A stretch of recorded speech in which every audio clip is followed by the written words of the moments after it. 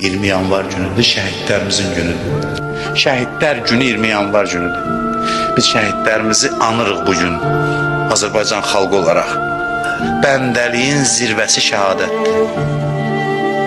Biləsiniz, Allah şəhidləri necə əzizləyir.